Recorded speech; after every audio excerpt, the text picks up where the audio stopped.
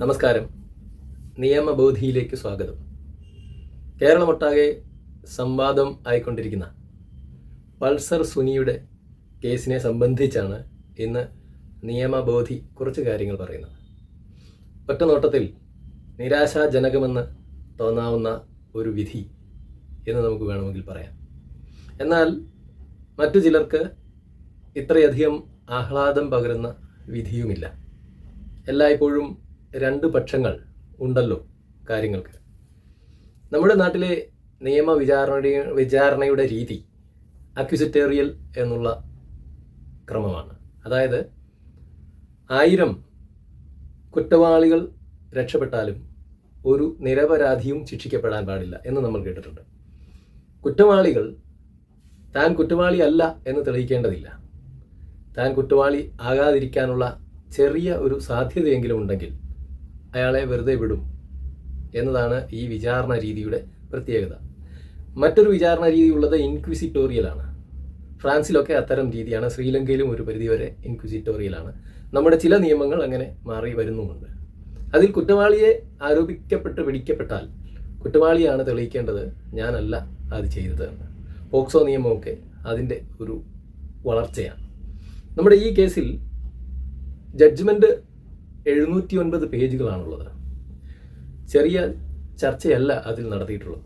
ആഴത്തിലുള്ള വിശകലനങ്ങളും നിലവിലുള്ള നിയമ സാഹചര്യങ്ങളും തെളിവുകളുടെ ഉപയോഗങ്ങളുമൊക്കെ ചർച്ച ചെയ്തുകൊണ്ടുള്ള നല്ലൊരു വിധിയാണ് പുറപ്പെടുവിച്ചിട്ടുള്ളത് എന്ന് പറയാതെ വയ്യ.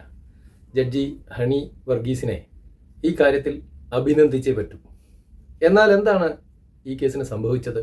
അതൊരു പക്ഷേ പോലീസിൻ്റെ വീഴ്ചയും അവശ്യ സമയത്ത് വേണ്ട കാര്യങ്ങൾ ഉയർത്തിക്കൊണ്ടുവരാൻ സാധിക്കാതെ പോയ പ്രോസിക്യൂഷൻ്റെയോ അല്ലെങ്കിൽ അതിജീവിതയുടെ അഭിഭാഷകരുടെയോ ഒക്കെ വീഴ്ചയായിട്ട് നമുക്ക് പ്രഥമ ദൃഷ്ട്യാ വിലയിരുത്താം.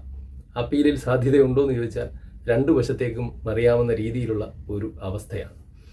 എങ്കിലും അപ്പീലിൽ പ്രതീക്ഷ അർപ്പിച്ച് അപ്പീലിൽ ഇതിൽ കൂടുതൽ എന്തോ വരുത്താൻ സാധിക്കുമെന്നുള്ള പ്രതീക്ഷ അർപ്പിച്ച് മുന്നോട്ട് പോകുന്നവരെ നമുക്ക് നിരാശപ്പെടുത്താനാവില്ല.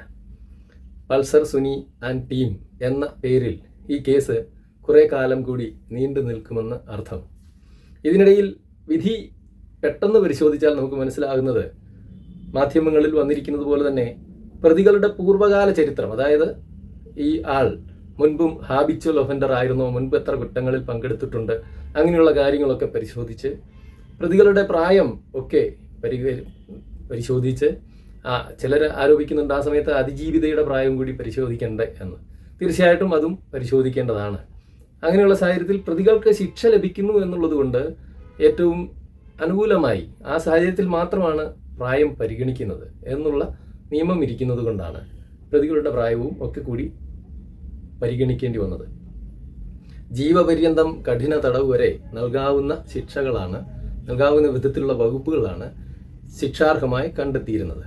എന്നാൽ കൂട്ടബലാത്സംഗത്തിൻ്റെ വകുപ്പ് അനുസരിച്ച് 20 വർഷം ഏറ്റവും മിനിമം ശിക്ഷ എന്ന് പറഞ്ഞിട്ടുള്ളത് കൊണ്ട് ആ മിനിമം ശിക്ഷയാണ് കോടതി വിധിച്ചത്. ജീവപര്യന്ത ശിക്ഷ നൽകാതിരുന്നതിനെ പറ്റിയും ചർച്ചയുണ്ട്.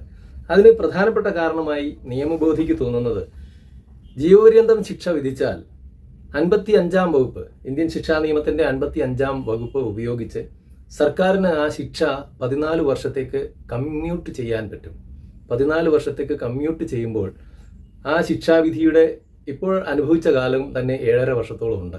പിന്നെ അവധി ദിനങ്ങൾ അനുഭവിച്ച, ജയിലിൽ കിടന്ന അവധി ദിനങ്ങളൊക്കെ, വർക്കിംഗ് ഡേയിൽ അവധി കിട്ടുമല്ലോ നമുക്ക് എന്ന് പറഞ്ഞ പോലെ ഹോളിഡേയ്സിലൊക്കെ കിടന്നത് കുറവ് ചെയ്യുമ്പോൾ ആൾ ഏതാണ്ട് ഒരു 3.5-4 കൊല്ലം കൊണ്ട് പുറത്തിറങ്ങാൻ സാധ്യതയുണ്ട്. അതൊക്കെ കൊണ്ട് പരിഗണിച്ച് ഈ കമ്മ്യൂട്ടേഷൻ സർക്കാർ ചെയ്യാൻ സാധ്യതയുണ്ട്. നോർമലി ജീവപര്യന്തം എല്ലാം കമ്മ്യൂട്ട് ചെയ്ത് 14 കൊല്ലം റെഗുലറായിട്ട് പോയിക്കൊണ്ടിരിക്കുന്നത് കൊണ്ട് ആണ് പല കേസിലും ജീവപര്യന്തം കിട്ടുമ്പോൾ ആളുകൾ 8-10 കൊല്ലം കഴിയുമ്പോൾ പുറത്തിറങ്ങുന്നത്. അങ്ങനെ വരാതിരിക്കുക എന്ന ലക്ഷ്യത്തിലായിരിക്കണം ജീവപര്യന്തത്തിലേക്ക് പോകാതെ അത് 20 വർഷമെന്ന് നിജപ്പെടുത്തിയത്.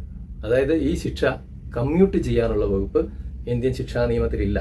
2 തരം ശിക്ഷകളാണ് കമ്മ്യൂട്ട് ചെയ്യാവുന്നത്. ഒന്ന്, 54-ാം വകുപ്പ് പ്രകാരം മരണശിക്ഷ കമ്മ്യൂട്ട് ചെയ്ത് ജീവപര്യന്തമാക്കി കുറയ്ക്കാം. 2, ജീവപര്യന്തം തടവ് ശിക്ഷ 55-ാം വകുപ്പ് പ്രകാരം കമ്മ്യൂട്ട് ചെയ്ത് ഏത് തരത്തിലുള്ള ശിക്ഷയാക്കി വേണമെങ്കിലും കുറയ്ക്കാം. 14 വർഷത്തേക്ക് കഠിന തടവോ വെറും തടവോ ആക്കി കുറയ്ക്കാം എന്നുള്ള രീതിയിൽ നിയമപുസ്തകത്തിൽ കാണുന്നുണ്ട്. അതിൽ നിന്നൊരു രക്ഷയായിട്ടാവാം 20 വർഷത്തെ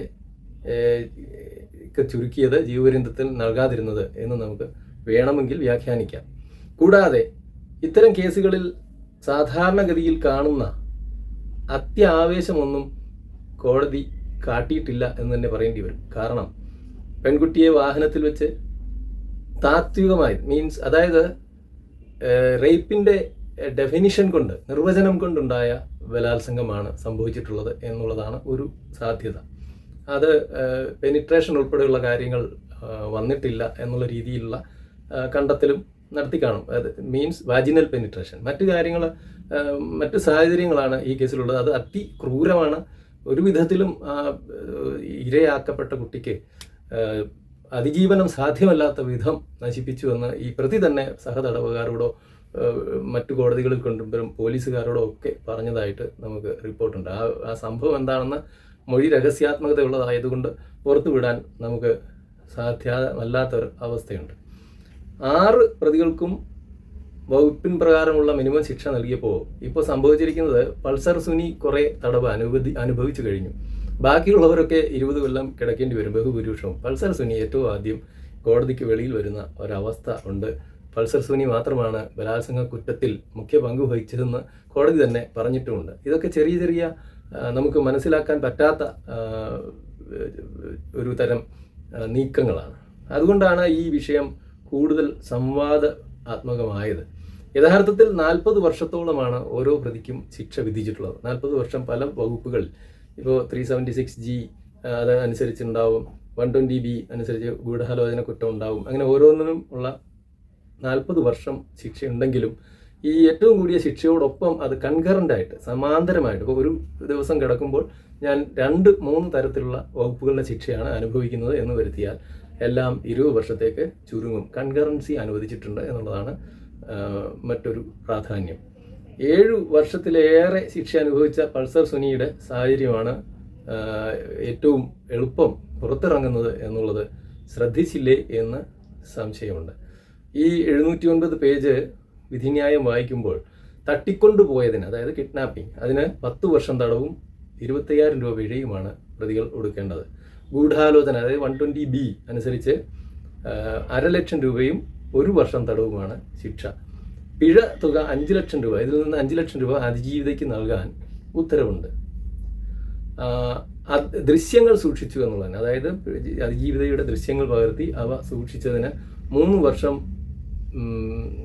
ദൃശ്യങ്ങൾ എടുത്തതിനും 5 വർഷം അത് സൂക്ഷിച്ചതിനും ശിക്ഷ വേറെയുണ്ട്.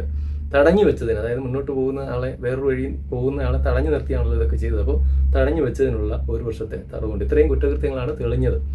ഇതിൽ പ്രധാനമായിട്ട് എനിക്ക് തോന്നുന്നത് പ്രേരണക്കുറ്റത്തിന് ശിക്ഷയില്ല എന്നുള്ളതാണ്. ഇത് വളരെ പ്രധാനപ്പെട്ടതാണ്.